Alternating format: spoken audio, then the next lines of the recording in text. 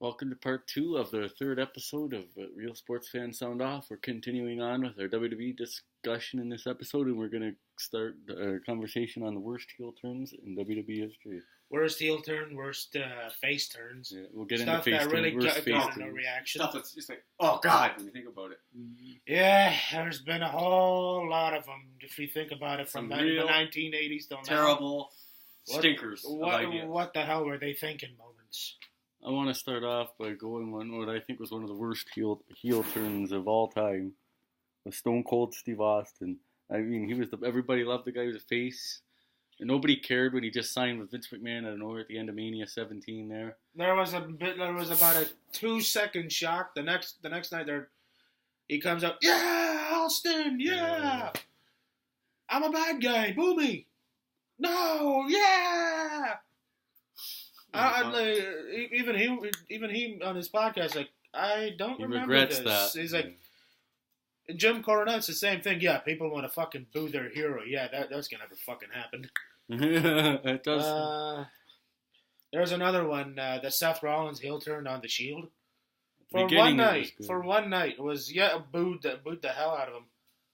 And the next night, they cheered him. Why? Booking sucked. They made him into a fucking coward. That, okay, we know this guy's good.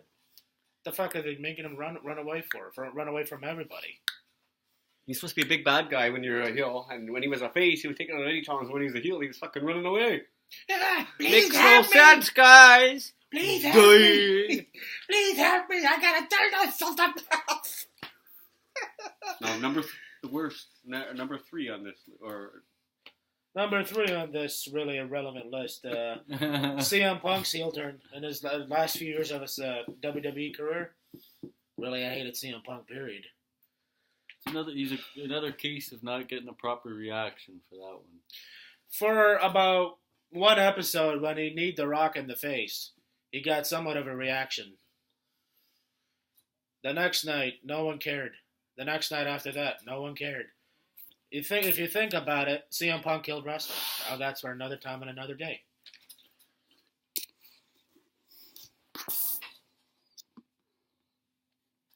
Let's talk about.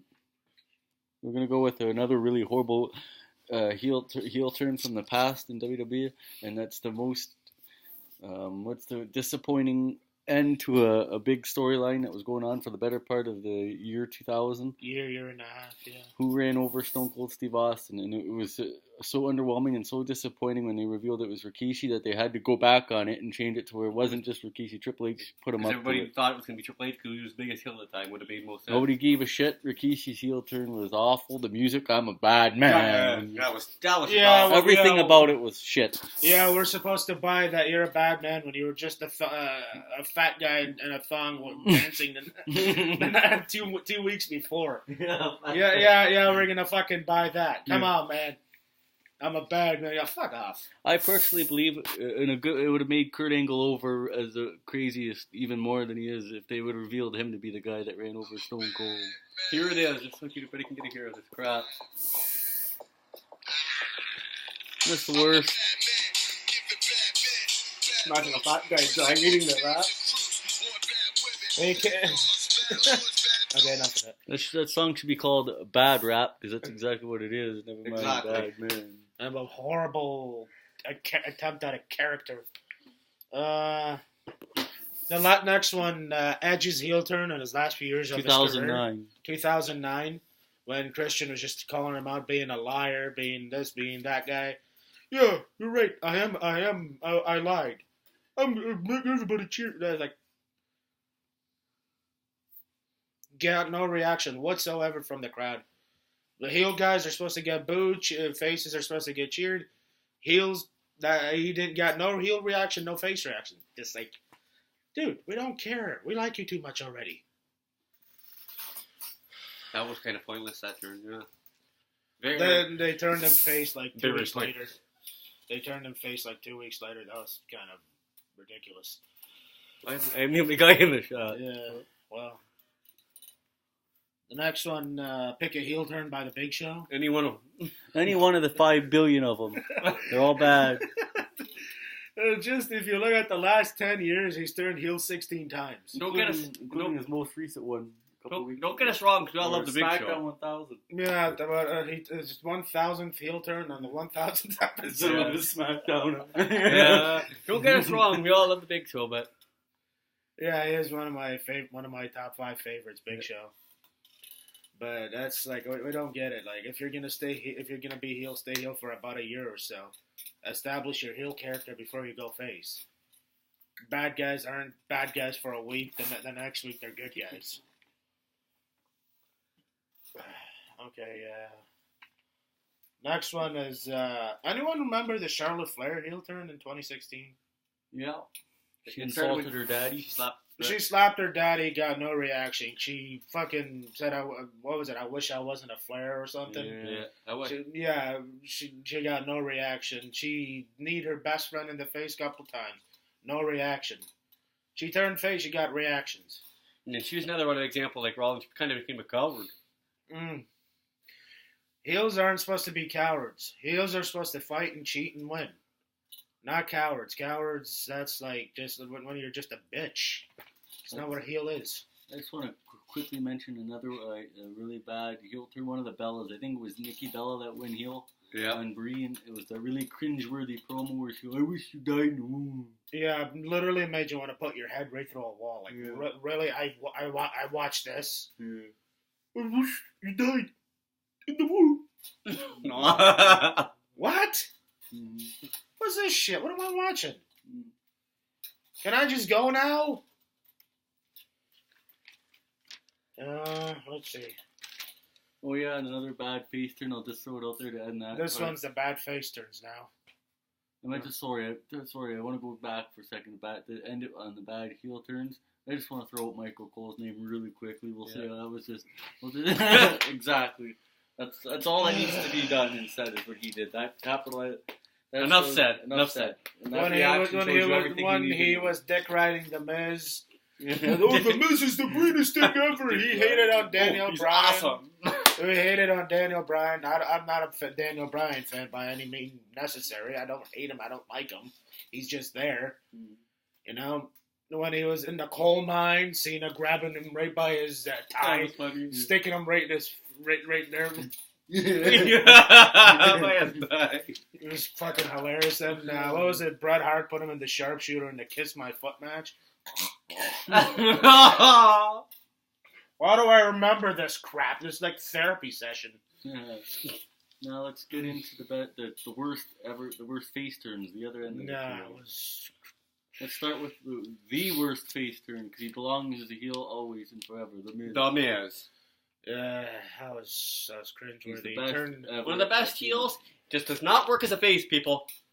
That one made me heated. There are some characters on wrestling that are just keep him as the bad guy. Just did not make any sense at all. Maybe he's a great guy in real life. That's what I've read a lot of the times when people meet the Miz. He's funny. I don't remember. I don't know. I've never met him. But he's not a good guy on screen. He's supposed to be a bad guy for now and forever.